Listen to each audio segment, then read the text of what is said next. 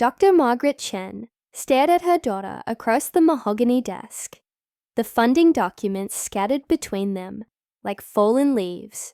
23 years old, brilliant beyond measure, and now standing in her research lab, with eyes full of cold determination. "The best gift you could give me would be if you just died," Emma said, her voice steady as a surgeon's blade. "So I'm asking you to cancel the funding." Margaret's hand froze over her signature on the grant renewal. $5 million for her groundbreaking cancer research. The cure she'd spent 15 years developing. The cure that could save thousands of lives. "Emma, you don't understand what you're asking." "I understand perfectly, Mother." Emma's lips curved into something that wasn't quite a smile. "You've been so busy saving the world that you forgot to save your own family." The lab fell silent, except for the gentle hum of the equipment that had become more familiar to Margaret than her own heartbeat. Outside, thunder rumbled across the Seattle sky. Margaret set down her pen, unsigned documents before her. "If I cancel this funding, everything I've worked for dies with it." "Good," Emma whispered. "Maybe then you'll finally understand what it feels like." But there was something else in Emma's eyes now, something that made Margaret's blood run cold. A flicker of fear, desperation. "Emma, what aren't you telling me?" Her daughter turned toward the window, watching the rain streak down the glass. "The cancer research, Mom. It's not what you think it is." Margaret felt the world tilt slightly. "What do you mean?" "I've been reviewing your lab data. The real data, not the sanitized reports you submit." Emma's reflection in the glass looked haunted. "Your cure doesn't just eliminate cancer cells. It eliminates something else entirely." The thunder grew louder. Or perhaps that was just Margaret's heartbeat. Emma finally turned around, and Margaret saw her daughter clearly for the first time in years.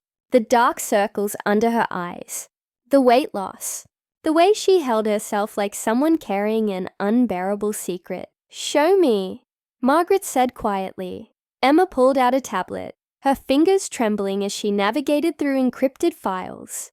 3 months ago, I hacked into your secure database. I had to know why you were never home, why nothing else mattered to you." The screen filled with data charts, cellular imagery, and test results. Margaret leaned forward, her scientific mind automatically processing the information, even as her heart began to race. "These test subjects," Margaret breathed. "These aren't lab mice." "No, Mom, they're not." Emma's voice cracked. "Look at the dates. Look at the locations. Cross-reference them with missing persons reports." Margaret's hand shook as she scrolled through the data. The pattern emerged like a nightmare, taking shape in the darkness. Homeless individuals, runaways, people society wouldn't miss. The company funding your research. Emma continued. "They've been providing you with human test subjects for 2 years, and you've been so focused on your work that you never questioned where they came from." The pen felt like lead in Margaret's hand as she stared at the funding documents. Her life's work, her legacy, built on a foundation of unconscionable horror. "How long have you known?" she asked. 3 months. I've been trying to find a way to stop it without destroying you completely." Emma's tears finally came. "But I can't carry this secret anymore. Every day you continue this research, more people disappear."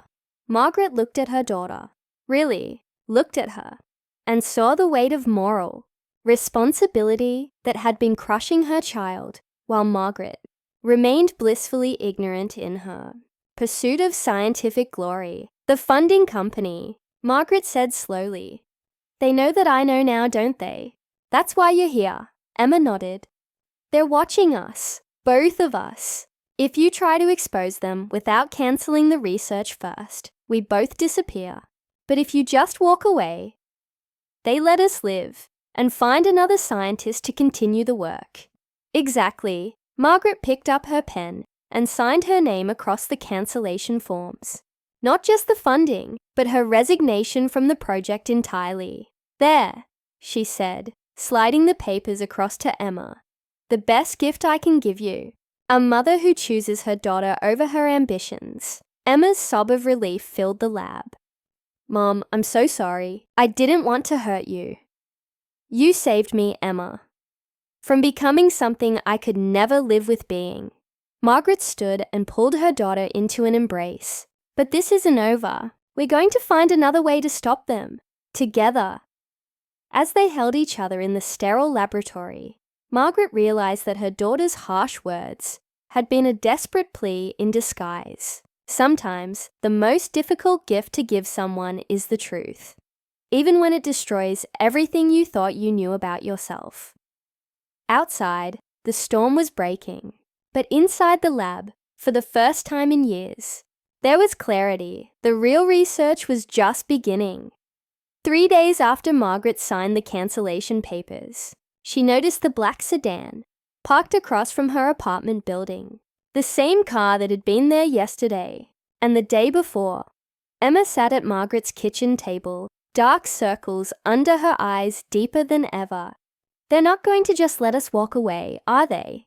Margaret poured coffee with steady hands, though her heart was racing.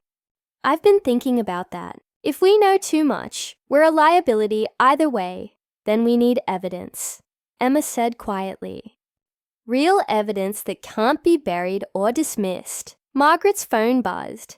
An unknown number. She hesitated, then answered. Dr. Chen. The voice was calm, professional, terrifying in its normalcy.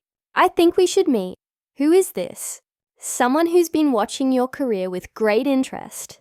The Riverside Cafe. 1 hour. Come alone. The line went dead. The Riverside Cafe buzzed with the ordinary sounds of Seattle morning life. Margaret spotted him immediately. A thin man in an expensive suit, reading a newspaper at a corner table. He looked up as she approached, smiling like they were old friends. Dr. Chen. Please sit. His accent was faint, unplaceable. I'm Mr. Vance. We need to discuss your sudden change of heart. Margaret remained standing. There's nothing to discuss. I've withdrawn from the project. Ah, but there is. Vance folded his newspaper with precise movements. You see, your daughter has been very busy these past few months. Hacking, copying files, taking photographs. Very industrious young woman. Margaret's blood turned to ice. What do you want? Simple. You return to work. Continue the research. And we pretend this little crisis of conscience never happened. And if I refuse, Vance's smile never wavered. Your daughter has a promising career ahead of her. MIT graduate, exceptional computer skills. It would be a shame if something happened to derail that bright future. That evening, Emma led Margaret down into the subway tunnels beneath downtown Seattle. But they weren't taking a train. There's a whole network down here, Emma explained, their footsteps echoing in the abandoned maintenance corridors. People who've discovered things they shouldn't have. Scientists, journalists, former government employees. They emerged into a hidden chamber, lined with computer equipment and filing cabinets. A dozen people looked up as they entered, men and women of various ages, all with the same haunted look in their eyes. Welcome to the Resistance, said a woman with graying hair and kind eyes. I'm Dr. Sarah Blackwood. I used to work for the same people who funded your research. Margaret stared. You're supposed to be dead. The car accident 3 years ago was staged. When I discovered what they were really doing with my bioweapons research, I had 2 choices. Disappear or actually die. Sarah gestured around the room. We all made the same choice you're facing now. Over the next several hours, Margaret learned the true scope of the conspiracy. Her cancer research was just one piece of a massive puzzle, spanning decades and involving pharmaceutical companies, government agencies, and private military contractors. They're not trying to cure cancer, explained Dr. James Wong, a former colleague Margaret thought had retired. They're weaponizing your discovery, the cellular targeting mechanism you developed. They want to reverse it. Create cancers that only affect people with specific genetic markers. Emma pulled up files on her laptop. Ethnic bioweapons, Mom. They're planning to sell selective diseases to the highest bidder. Margaret sank into a chair, the full horror of her unwitting participation crashing over her. How many people have died because of my work? The test subjects were just the beginning, Sarah said gently.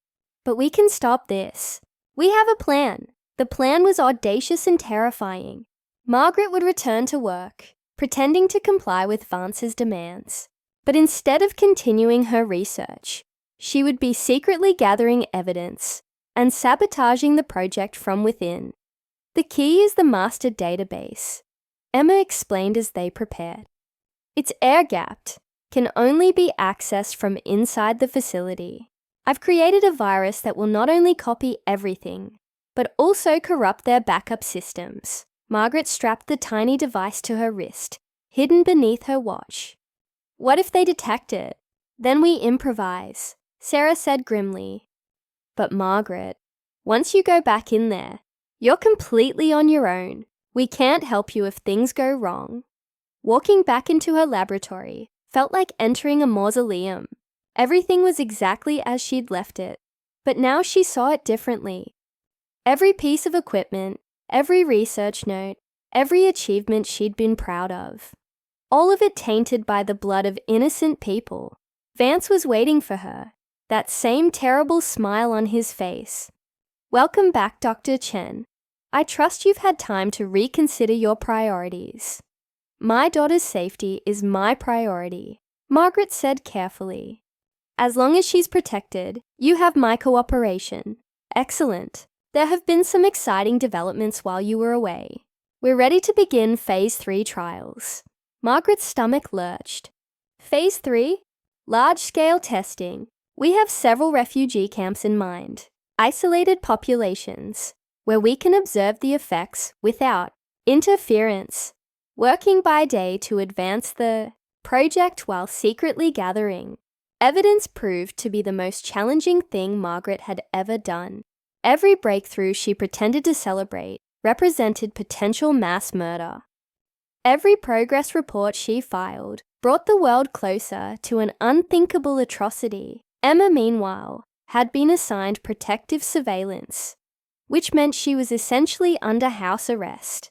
Their communication was limited to brief, monitored phone calls and coded messages. 3 weeks into her return, Margaret finally managed to access the master database.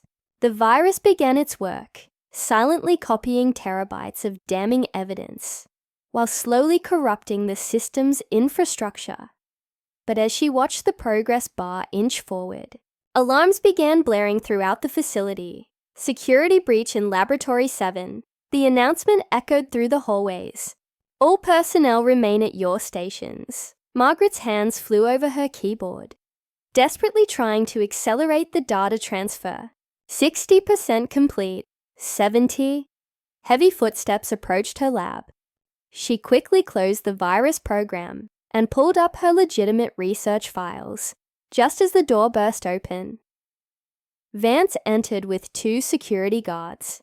His pleasant demeanor finally cracked.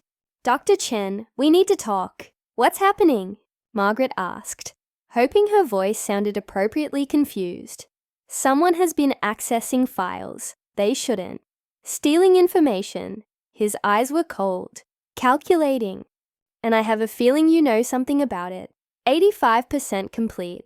The progress bar was hidden in a corner of her screen, barely visible. I don't understand, Margaret said. I've been focused entirely on my work, just as you asked. Vance moved closer, studying her face. Your daughter is very talented with computers, isn't she? 90%. She's in protective custody, Margaret replied carefully. How could she? Protective custody that she escaped from 6 hours ago. Margaret's heart stopped. Emma was out there, alone, being hunted by people who would kill her without hesitation. 95%. Where is she, Dr. Chen? I don't know. 98%. Vance nodded to one of the guards, who stepped forward menacingly. I think you do. And I think you're going to tell me. 100%. Transfer complete. Margaret smiled for the first time in weeks. Actually, Mr. Vance, I think you're going to tell me something, like how you plan to explain mass murder to the International Criminal Court. Vance's face went white as Margaret's computer screen filled with copied files, records of human experimentation, correspondence with terrorist organizations, financial transactions linking government officials to bioweapons development. You have 5 minutes before every major news outlet in the world receives this information, Margaret said calmly, along with copies being sent to the FBI, CIA, International Criminal Court, and the United Nations. You're bluffing. Margaret's phone buzzed with a text from Emma. Package delivered. Happy birthday, Mom. My daughter's gift to me, Margaret said, showing him the message. Freedom from people like you. Vance lunged for the computer, but Margaret was ready. She'd palmed a vial of concentrated acid from her chemistry supplies and threw it across the keyboard. The computer sparked and died, but the damage was already done. The news broke like a tsunami across global media. Within hours, government officials were resigning, pharmaceutical executives were being arrested, and black sites around the world were being raided by international authorities. Margaret and Emma reunited in the underground hideout, both of them exhausted, but finally free. Sarah Blackwood had been coordinating with law enforcement agencies for years, waiting for evidence solid enough to bring down the entire network. It's over, Sarah told them as they watched the news coverage. The whole conspiracy is unraveling. Dozens of arrests, facilities being shut down worldwide. Emma leaned against her mother's shoulder. I'm sorry I had to say those horrible things to you. Margaret kissed her daughter's forehead.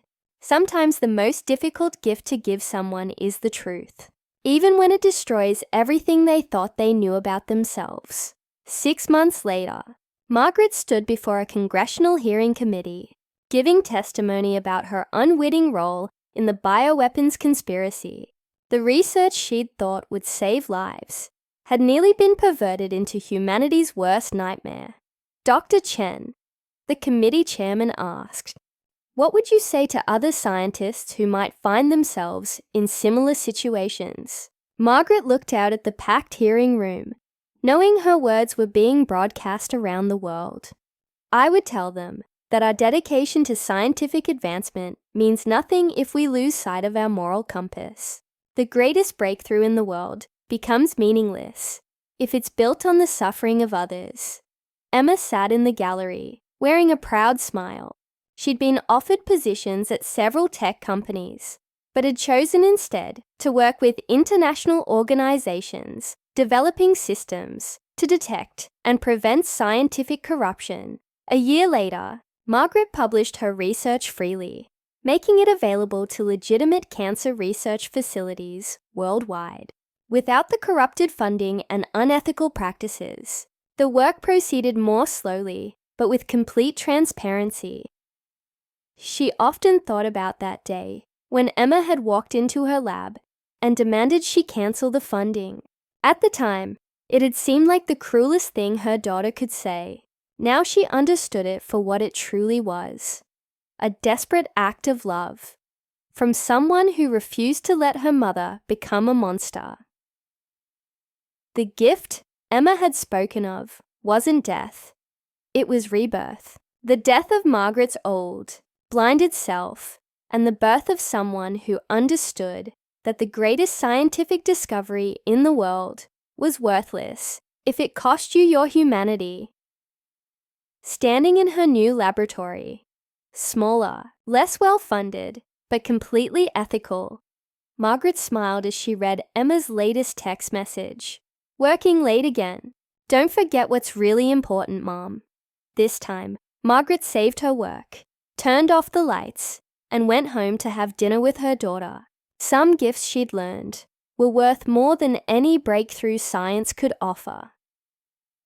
The best gift Emma had given her mother wasn't her death, it was her life back. 2 years after the global conspiracy was exposed, Margaret and Emma sat in their new research facility, a small but state-of-the-art laboratory, funded entirely by ethical pharmaceutical companies and international health organizations. The morning sun streamed through large windows, illuminating their workspace with natural light. "Mom, look at this!" Emma called out, her excitement evident as she pointed to her computer screen. The clinical trials in Brazil are showing a 95% remission rate with our ethical cancer treatment. Margaret walked over, placing a gentle hand on her daughter's shoulder as they both stared at the data. Real data, clean data, data that represented hope without horror. No human experimentation, no missing persons, no lies, Margaret whispered, still amazed by how different ethical research felt. Just honest science, Emma nodded, her eyes bright with tears of joy. And look at this. Dr. Blackwood's team in Geneva successfully replicated our results. 16 different countries are now using our formula to save lives. A soft knock on their laboratory door interrupted their celebration. Through the glass, they could see a tall woman in a navy suit, carrying a briefcase and wearing an expression of nervous determination. "Can I help you?" Margaret asked as she opened the door. "Dr. Chen, I'm Dr. Lisa Martinez from the World Health Organization. I was hoping to speak with both you and your daughter about a sensitive matter." Emma and Margaret exchanged glances. After everything they'd been through, unexpected visitors still made them cautious. "Please come in," Margaret said, leading Dr. Martinez to their small conference area. Dr. Martinez opened her briefcase and pulled out a thick folder. "What I'm about to share with you is classified at the highest levels. 3 weeks ago, our intelligence networks detected something troubling." She spread several documents across the table. "The conspiracy you exposed, it wasn't completely destroyed. A cell of former researchers and financiers escaped to Eastern Europe. They're attempting to rebuild the program using fragments of your original research." Emma's face went pale as she recognized some of the names on the documents. "These people, some of them worked directly with Vance. I thought they were all arrested." "Most were," Dr. Martinez confirmed. "But these individuals slipped through the cracks. They've established a new facility in an abandoned pharmaceutical plant in Romania. Interpol believes they're planning to restart human testing within the next 6 months." Margaret felt a familiar chill run down her spine. "What are you asking us to do?" "We need your help to stop them permanently. Your expertise in the cancer research, combined with Emma's technical skills, could be crucial in identifying and dismantling their operation." Emma stood abruptly, pacing to the window. "We're not agents. We're scientists. We've already done our part." "I understand your reluctance," Dr. Martinez said gently, "but you're the only people who truly understand both the science and the organization behind it. Without your help, they might succeed this time." That evening, Margaret and Emma sat in their apartment, Chinese takeout containers scattered across the coffee table as they wrestled with the decision. "I can't ask you to do this," Margaret said quietly. "You've already sacrificed so much. Your education, your career plans, your peace of mind." Emma looked up from her laptop, where she'd been studying the intelligence files Dr. Martinez had left with them. "Mom, remember what you told the Congressional Committee about our moral compass?" Margaret nodded. "Well, mine is pointing pretty clearly right now." Emma turned the laptop screen toward her mother. "Look at this. They're targeting orphanages in Moldova. Children, Mom. They're planning to use children as test subjects." Margaret's blood ran cold as she read the intercepted communications. The horror she thought they'd ended was preparing to begin again, with the most vulnerable victims imaginable. 3 weeks later, Margaret and Emma found themselves in Geneva, Switzerland, in a secure briefing room with representatives from WHO, Interpol, and the International Criminal Court. "Your cover identities are established," explained Agent Sarah Kim, a sharp-eyed woman who reminded Margaret uncomfortably of Mr. Vance. Dr. Chen, you'll be posing as a freelance research consultant looking for work. Emma, you're a graduate student studying pharmaceutical regulations in Eastern Europe. Emma raised her hand. And our real mission? Infiltrate the facility, gather evidence of human rights violations, and most importantly, sabotage their research capabilities beyond repair, Agent Kim replied. But unlike last time, you won't be alone. We'll have a full support team monitoring your every move. Margaret studied the mission parameters. What makes you think they'll trust me? My face has been all over international news. They're desperate, Dr. Martinez interjected. And arrogant. Intelligence suggests they believe they can manipulate you. Use your guilt over the original research to force your cooperation. The abandoned pharmaceutical plant in Romania looked like something from a post-apocalyptic nightmare. Rusted equipment, broken windows, and overgrown weeds gave it an air of decay. But as Margaret and Emma approached the facility, they could see signs of recent activity. New security cameras, fresh tire tracks, and the distant hum of generators. Dr. Chen. The voice made Margaret's blood freeze. She turned to see a familiar figure emerging from the shadows. Viktor Kozlov, one of Vance's former lieutenants, who had supposedly died in the initial raids. Mr. Kozlov, I thought you were dead. A useful fiction, he replied with a cold smile. As was your supposed reformation. We know why you're really here. Emma stepped closer to her mother, her hand subtly reaching for the emergency beacon hidden in her jacket. Really? Margaret kept her voice steady. And why is that? To finish what you started, of course. To create the perfect weapon, one that can eliminate specific genetic markers while leaving others untouched. Kozlov's eyes gleamed with fanatic fervor. The ultimate tool for human evolution. Inside the facility, Margaret and Emma were given a tour that made their worst nightmares seem tame by comparison. The basement level had been converted into a series of holding cells, each containing individuals who appeared to be sedated. Our test subjects, Kozlov explained casually.